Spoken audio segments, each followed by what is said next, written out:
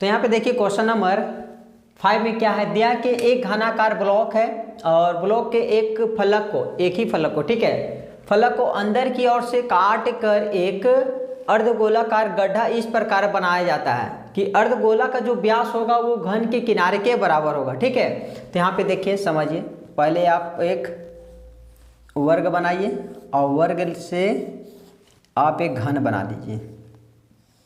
ये आपका क्या हो गया, एक घन हो गया। ठीक है, अब यहाँ पे क्या बोल रहा है कि घन के किनारा काट कर एक क्या है, एक घनाकार ब्लॉक के एक फलक, कोई भी एक फलक ले लिए, फलक को अंदर की ओर से काट कर एक अर्धगोलाकार गड्ढा बनाना। आपको क्या बनाना, एक अर्धगोलाकार गड्ढा। ठीक है, यहां से बनाइए एक अर्धगोलाकार गड्ढा, एक अर्धगोलाकार गड्ढा बनाया गया। ठीक है, एक ऐसा गड्ढा बनाया गया है जो किनारा यानी कि घन का जो व्यास है वो घन के किनारा के बराबर है। ठीक है, घन के किनारा के बराबर है ये। अब यहाँ पे देखिए, ये आपका क्या जो काल्पनिक रेखा है वो आपका व्यास है। ठीक है, और ये आपका क्या है, घन का किनारा हो गया। तो घन का जो किनारा है वो व्यास के बराबर यहाँ पे बोल रहा है। तो शेष बचे ठोस का पृष्ठीय क्षेत्रफल आपको निकालना है। तो यहाँ आपको देखना है कि किसका पृष्ठीय क्षेत्रफल लागू होगा। ठीक है, तो हम आपको एक डायग्राम से बताते हैं। पहले आप लिख सकते हैं, एक घनाकार ब्लॉक के ऊपर एक अंदर की ओर यानी कुछ भी नहीं दिया है। ठीक है, तो व्यास को हम मान लेते हैं, पहले भुजा को मान लेते हैं। भुजा बराबर क्या है, ए मान लेते हैं। अगर भुजा ए है तो इसका व्यास क्या हो जाएगा, व्यास जो हो जाएगा, व्यास इक्वल टू हो जाएगा ए। ठीक है, अगर ये किनारा अगर ए है तो इसका व्यास भी क्या हो जाएगा ए, तो इसका त्रिज्या कन्वर्ट कर दिए, त्रिज्या क्या हो जाएगा ए बाई 2। ठीक है, अब यहाँ पे हमको लगाना है शेष पृष्ठीय क्षेत्रफल, शेष बचे ठोस का पृष्ठीय क्षेत्रफल। अब यहाँ पे देखिए समझिए, ये क्या किया गया है, एक अर्धगोलाकार है। ठीक है, ये क्या है,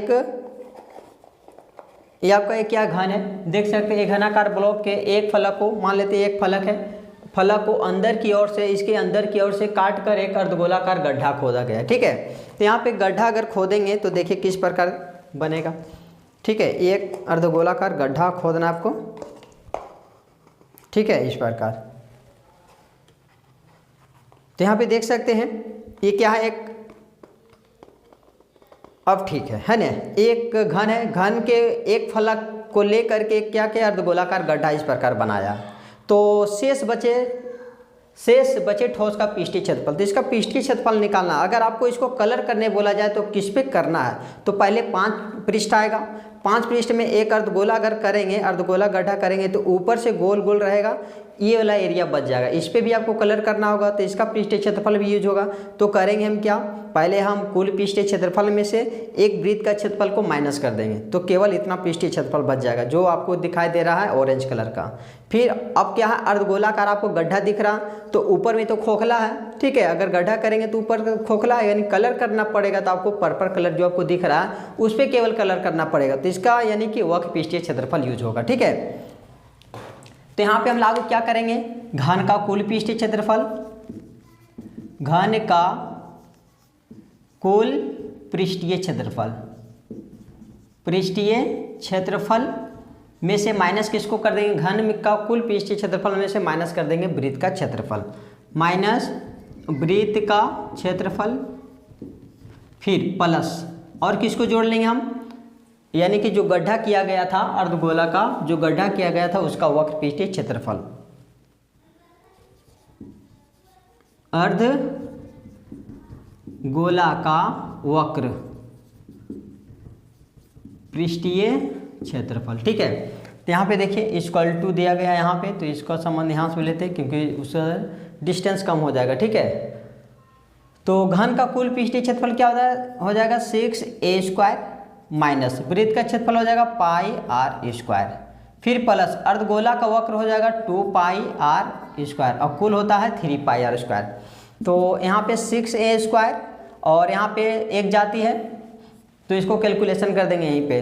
2 स्क्वायर में से 1 स्क्वायर चल जाएगा तो 1 स्क्वायर बच जाएगा पाई आर स्क्वायर, तो 1 छुपा देते हैं, पाई आर स्क्वायर केवल लिख देते हैं। ठीक है, अब यहाँ पे देखिए 6 का 6 गुना भुजा क्या ए है, भुजा को तो यही माने थे तो यही रहने दीजिए, प्लस पाई का मान यहीं पे छोड़ दीजिए। जब यहाँ पर भुजा व्यास कुछ भी नहीं दिया गया तो पाई का मान भी छोड़ देना आपको। ठीक है, अब गुना आर का वैल्यू क्या है, देखिए आर त्रिज्या क्या है, त्रिज्या a/2 है, तो यहाँ लिखेंगे a/2। इस पे क्या है स्क्वायर, या तो फिर इसको आप 2 बार उतार सकते हैं a/2, क्योंकि त्रिज्या क्या था, त्रिज्या जो था आर का मान, इसको त्रिज्या में क्या कहते हैं, आर कहते हैं। ठीक है, आर, या फिर इसको हिंदी में लिख सकते हैं त्रिज्या, इसको ब्रैकेट करते हैं। त्रिज्या का वैल्यू क्या है, जिसको कहते हैं आर बराबर क्या, a/2। ठीक है, तो हम यहाँ पे आर का मान a/2, इसको 2 बार उतार दिए a/2। ठीक है, तो यहाँ पे देखिए 6a स्क्वायर प्लस पाई का पाई, a को a से इंटू करेंगे तो a स्क्वायर, और यहाँ पर कितना हो गया, 2 दूनी का 4। ठीक है, अब यहाँ से कॉमन निकालिए, जो कॉमन निकल जाएगा तो केवल क्या निकल जाएगा, a स्क्वायर, कॉमन क्या निकल जाएगा, एक यहाँ स्क्वायर, यहाँ भी a स्क्वायर, तो बचेगा, या फिर यहाँ भी आंसर आप छोड़ सकते हैं। और यहाँ पे क्या बच गया, 6 प्लस पाई बाई में 4, यही आपका आंसर हो गया। ठीक है, तो या फिर आप यहाँ भी आंसर आप छोड़ सकते हैं, कोई दिक्कत नहीं है, क्योंकि इसके आगे सॉल्व ही नहीं होगा तो आप यहीं पे छोड़ सकते हैं। ठीक है, अगर आप बुक का आंसर मिलाना चाहते हैं, देखिए बुक में आंसर क्या छोड़ा है। ठीक है, आप यहाँ भी छोड़ सकते हैं तो भी गलत नहीं है, लेकिन अगर आपको बुक से मतलब कि आंसर मिलाना है तो देखिए आपको क्या करना है, 6a स्क्वायर ने कुछ तो 1, फिर plus pi a square by में 4। यहाँ पे क्या कीजिएगा, भिन्न का जोड़ बना लीजिए, 1 और 4 कैल्शियम कितना हो गया, 4, क्रॉस मल्टीप्लिकेशन कर दिए तो 6 × 24 a स्क्वायर प्लस यहाँ पर हो जाएगा पाई a स्क्वायर। ठीक है, तो यहाँ पे देख सकते हैं a स्क्वायर क्या निकल गया, कॉमन, और नीचे में क्या हो जाएगा 4। यहाँ पे क्या बच जाएगा, a स्क्वायर निकल गया तो यहाँ पर 24, और प्लस यहाँ पर a स्क्वायर निकल गया तो क्या बच गया, पाई। यही आपका आंसर है। ठीक है।